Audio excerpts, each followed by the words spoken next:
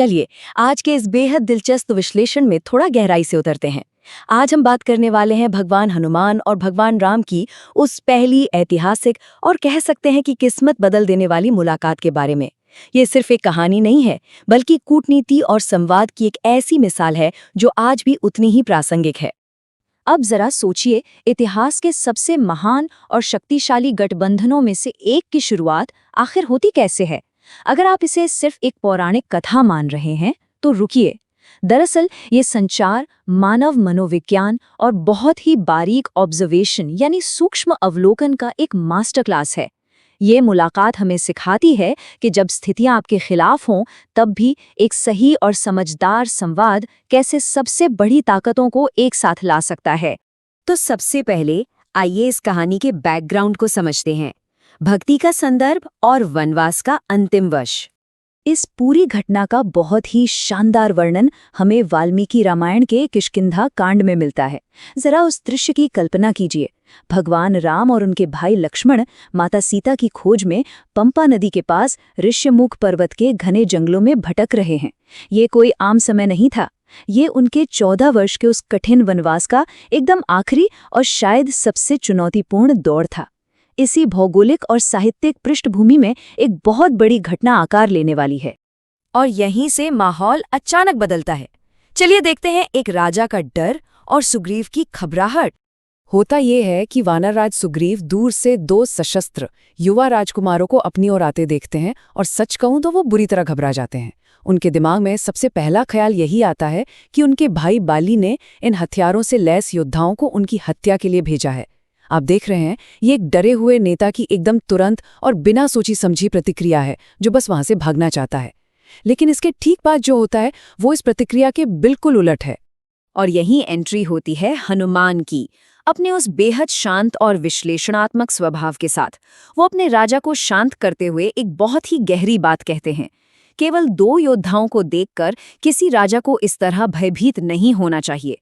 यही तो एक अच्छे लीडर की असली पहचान है। वो तुरंत रिएक्ट करने के बजाय स्थिति को बारीकी से देखते हैं और सामने वाले के असली इरादों को समझने की कोशिश करते हैं। अपनी बात को तर्क की कसौटी पर कसने के लिए हनुमान एक बहुत ही सटीक पौराणिक तथ्य सामने रखते हैं। वो सुग्रीव को याद दिलाते हैं, अरे एक पुराने श्राप के कारण तो बाली या उसके लोग इस पर्वत और जंगल के आसपास फटक भी नहीं सकते।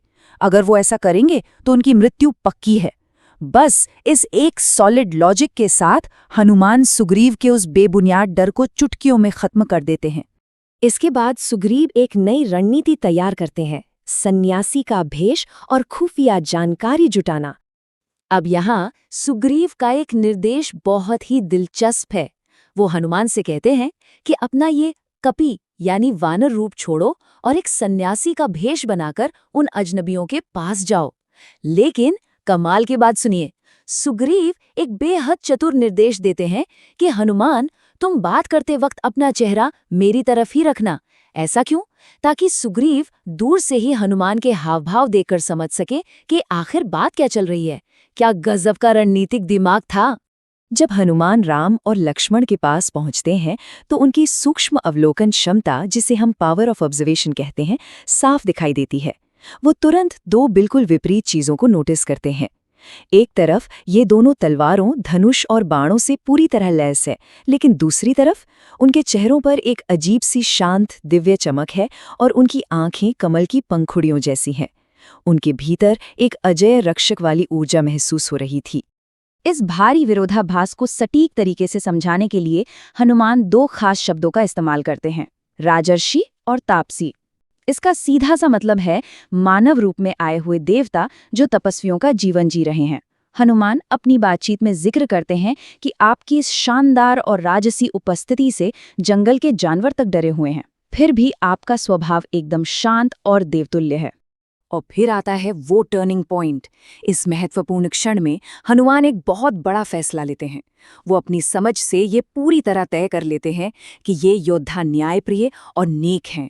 बिना देर किए वो अपना सन्यासी रूप त्याग देते हैं और वापस अपने असली वानर रूप में आ जाते हैं। वो खुद को सुग्रीव के मंत्री के रूप में पेश करते हैं, बाली द्वारा सुग्रीव को निकाले जाने की पूरी कहानी सुनाते हैं और आधिकारिक तौर पर अपने राजा की तरफ से मित्रता का हाथ बढ़ाते हैं। कहानी का ये अगला हिस्सा मेरा पसंदीदा है, बोलने की कला में महारत और राम का विश्लेषण। जरा इस कथन की गहराई को महसूस कीजिए। हनुमान की वो नपी तुली बातें सुनने के बाद भगवान राम पूरी तरह से विस्मय में पड़ जाते हैं। वो लक्ष्मण की ओर मुड़ते हैं और क्या कहते हैं? उस राजा के लिए कुछ भी असंभव नहीं है जिसके पास इनके जैसा मंत्री हो। किसी के संचार कौशल और बुद्धिमत्ता की इससे बड़ी तारीफ भला और क्या हो सकती है? आपको जानकर हैरानी होगी कि राम केवल चंद मिनटों की बातचीत में ही हनुमान के ज्ञान के उस विशाल भंडार को पहचान लेते हैं। वे लक्ष्मण को बताते हैं कि जिस व्यक्ति ने ऋग्वेद, यजुर्वेद, सामवेद, संपूर्ण व्याकरण और उपनिषदों के सार का इतने गहराई से अध्ययन ना किया हो, वो इतनी सटीकता से बात कर ही नहीं सकता। हनुमान की भाषा के एक एक शब्द में ये सारा ज्ञान साफ झलक रहा था। राम का ये विश्लेषण आज भी परफेक्ट कम्युनिकेशन की एक शानदार चेकलिस्ट है।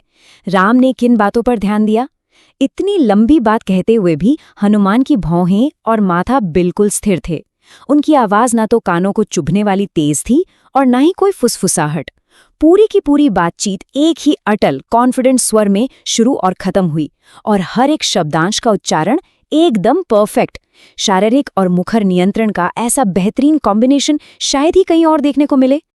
अब हम इस ऐतिहासिक मुलाकात के अंतिम पड़ाव की ओर बढ़ते हैं, जहां दोनों पक्षों के लक्ष्य आखिरकार एक हो जाते हैं। एक गठबंधन का निर्माण और अग्नि शपथ। जब बातचीत आगे बढ़ती है तो लक्ष्मण अपना पक्ष रखते हैं।